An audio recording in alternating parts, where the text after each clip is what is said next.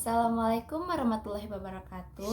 Perkenalkan, nama saya Yela Suci Ramadhani dari Fakultas Pertanian Prodi Agroteknologi kelas D dengan nomor NIM 202002010179. Di sini saya akan menjelaskan tentang HAM. Berikut penjelasannya. Baiklah, saya akan melanjutkan tentang pengertian dan karakter dasar HAM. HAM merupakan unsur normatif yang melekat pada diri setiap manusia yang dalam penerapannya berada pada ruang lingkup hak persamaan dan hak kebebasan yang terkait dengan interaksinya antara individu dengan instansi. Hak merupakan sesuatu yang harus diperoleh.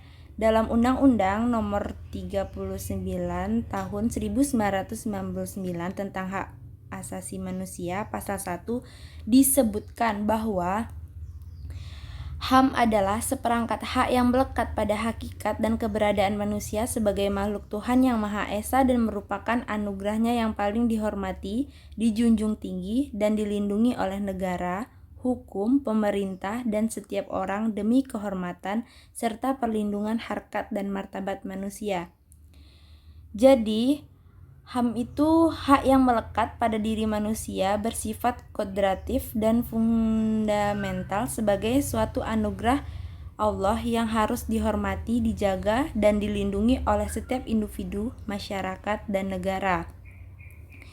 Dengan demikian, kita sebagai manusia harus menjaga keselamatan eksistensi manusia secara utuh melalui aksi keseimbangan, yaitu keseimbangan antara hak dan kewajiban, serta keseimbangan antara kepentingan perseorangan dengan kepentingan umum. Upaya menghormati, melindungi, dan menjunjung tinggi HAM menjadi kewajiban dan tanggung jawab bersama antara individu, pemerintah, dan negara, baik siapapun dan dimanapun. Jadi, dalam memenuhi dan menuntut hak tidak terlepas dari pemenuhan kewajiban yang harus dilaksanakan. Begitu juga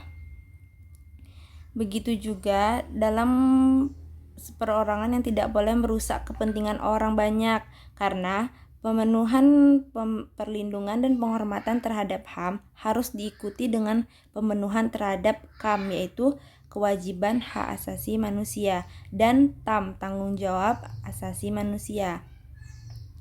Jadi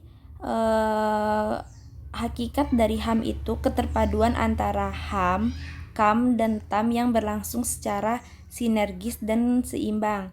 Bila ketiga unsur itu melekat pada setiap individu manusia, baik dalam tatanan kehidupan pribadi, kemasyarakatan, kebangsaan, kenegaraan, dan pergaulan global tidak berjalan secara seimbang, dapat dipastikan akan menimbulkan kekacauan, anarkis, dan kewenangan-kewenangan dalam tata kehidupan umat manusia. Terakhir, tanggung jawab negara itu para pemangku kewajiban lainnya bertanggung jawab untuk mentaati hak asasi. Bahkan di Indonesia sendiri hal ini ditegaskan lagi melalui kebijakan Presiden Jokowi melalui nawacita bahwa negara harus hadir kepada segenap warga negaranya melalui perangkat instrumen HAM yang disahkan melalui peraturan perundang-undang yang berlaku. Seandainya pemerintah itu gagal melaksanakan tanggung jawabnya, pihak-pihak yang dirugikan berhak mengajukan tuntutan secara layak sebelum diserahkan pada sebuah pengadilan yang kompeten atau di adjudikator atau penentu lain yang sesuai dengan aturan dan prosedur hukum yang berlaku. Baiklah, selanjutnya yaitu perkembangan HAM baik dalam konteks global maupun nasional. HAM adalah sebuah konsep hukum dan normatif yang menyatakan bahwa manusia memiliki hak yang melekat pada dirinya karena ia adalah seorang manusia. HAM berlaku kapanpun, dimanapun, dan kepada siapapun, sehingga sifatnya universal.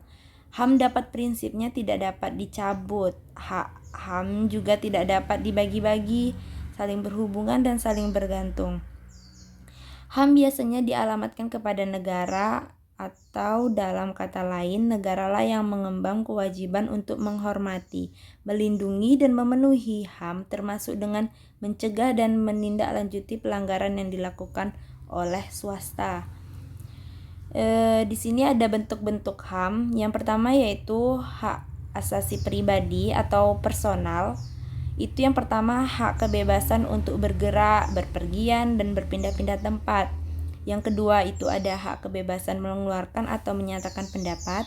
Yang ketiga ada hak kebebasan memilih dan aktif di organisasi atau perkumpulan. Yang keempat itu hak kebebasan untuk memilih, memeluk, dan menjalankan agama dan kepercayaan yang diyakini masing-masing, seperti Pancasila pada sila pertama.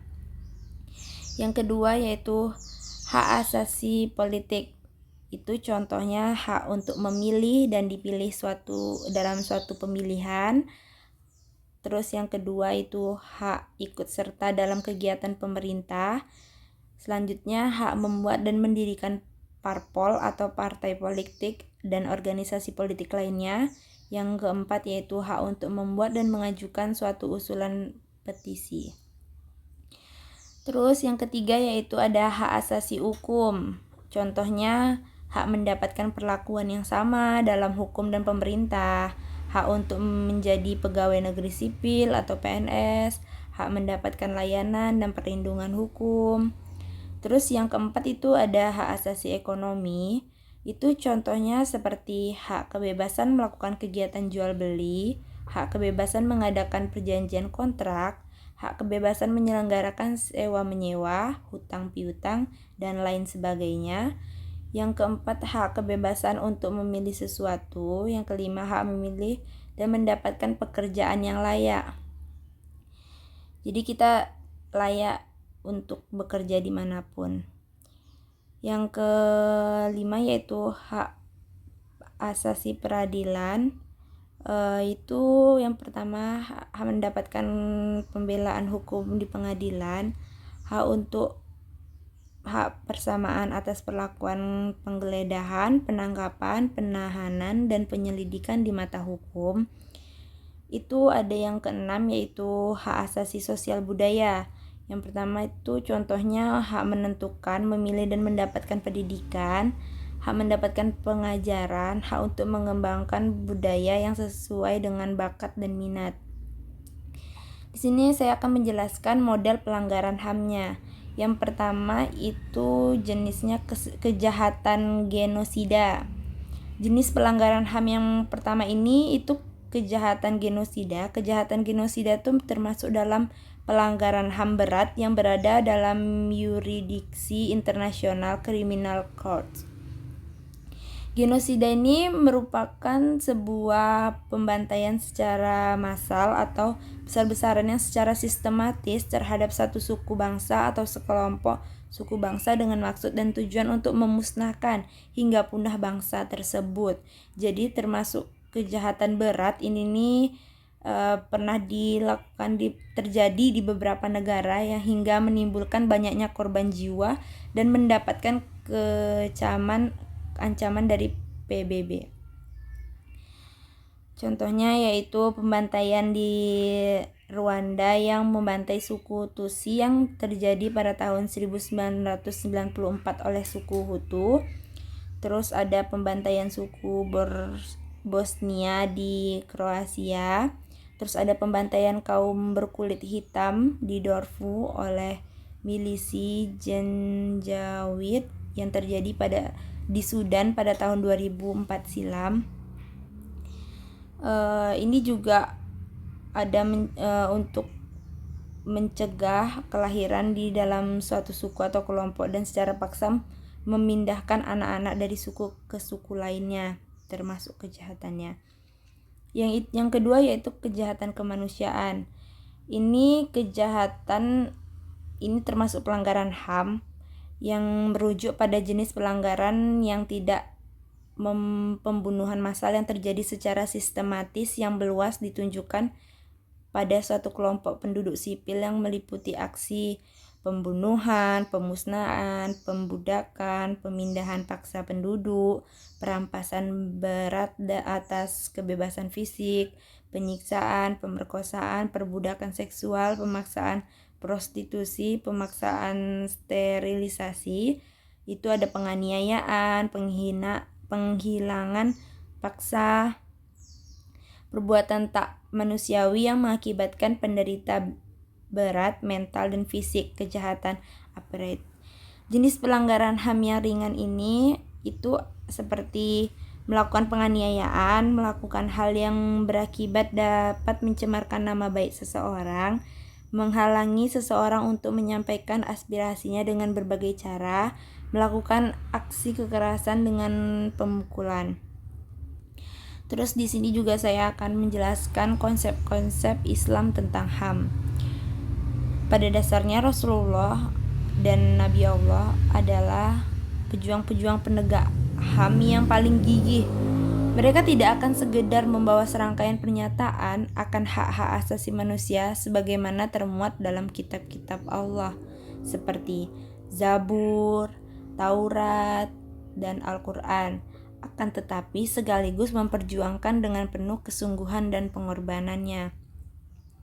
Dengan demikian, konsep Islam tentang HAM berpijak pada tauhid yang pada dasarnya di dalamnya mengandung ide persamaan, persaudaraan manusia yang oleh Harun Nasution disebut sebagai ide perkemakhlukan. Ide perikemakhlukan memuat nilai-nilai kemanusiaan dalam arti sempit. Ide perikemakhlukan mengandung makna bahwa manusia tidak boleh sewenang-wenang terhadap sesama makhluk, termasuk juga pada binatang dan alam sekitar.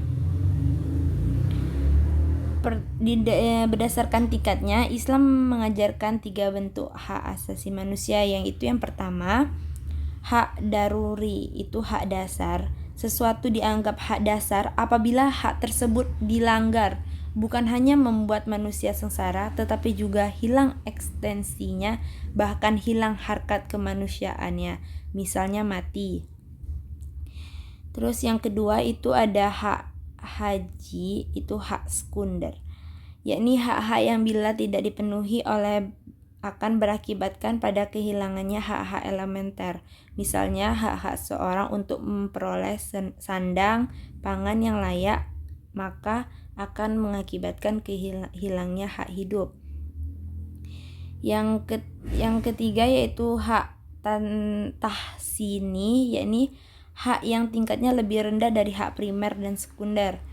Dalam Piagam Madinah yang paling tidak ada 2 ajaran pokok yang berhubungan dengan HAM, yaitu pemeluk Islam adalah suatu umat walaupun mereka berbeda suku dan bangsa, dan hubungan antara komunitas muslim dengan muslim didasarkan pada prinsip yang pertama, yaitu berinteraksi secara baik dengan sesama tetangga.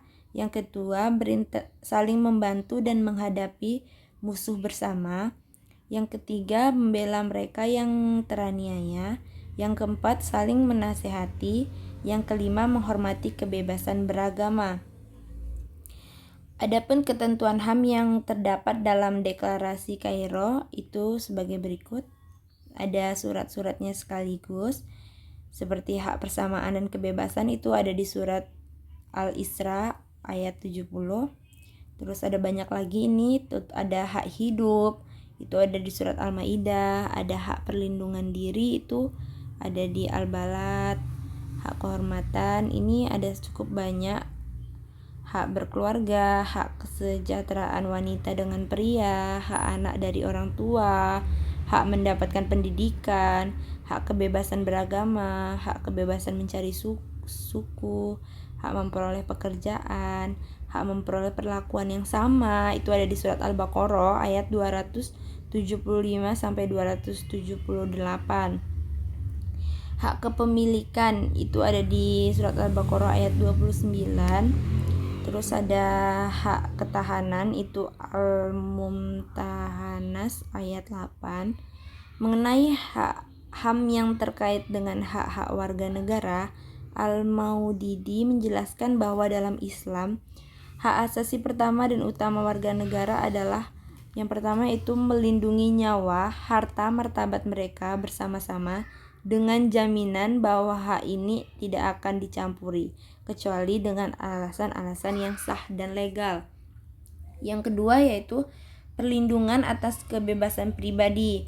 Maksudnya itu tidak bisa dilanggar kecuali setelah melalui proses pembuktian yang meyakinkan secara hukum dan memberi kesempatan kepada yang tertuduh untuk mengajukan pembelaan. Kemerdekaan yang ketiga itu kemerdekaan mengemukakan pendapat serta menganut keyakinan masing-masing. Jadi kita tidak dianjurkan untuk harus menganut dengan ketentuan itu, tidak. Yang keempat itu menjamin pemenuhan kebutuhan pokok bagi semua warga negara tanpa membedakan kasta atau keyakinan. Salah satu diwajibkan zakat kepada umat Islam. Salah satunya bertujuan untuk memenuhi kebutuhan pokok warganya. Sekian penjelasan dari saya tentang HAM. Jika ada salah dan janggalnya mohon dimaafkan. Assalamualaikum warahmatullahi wabarakatuh.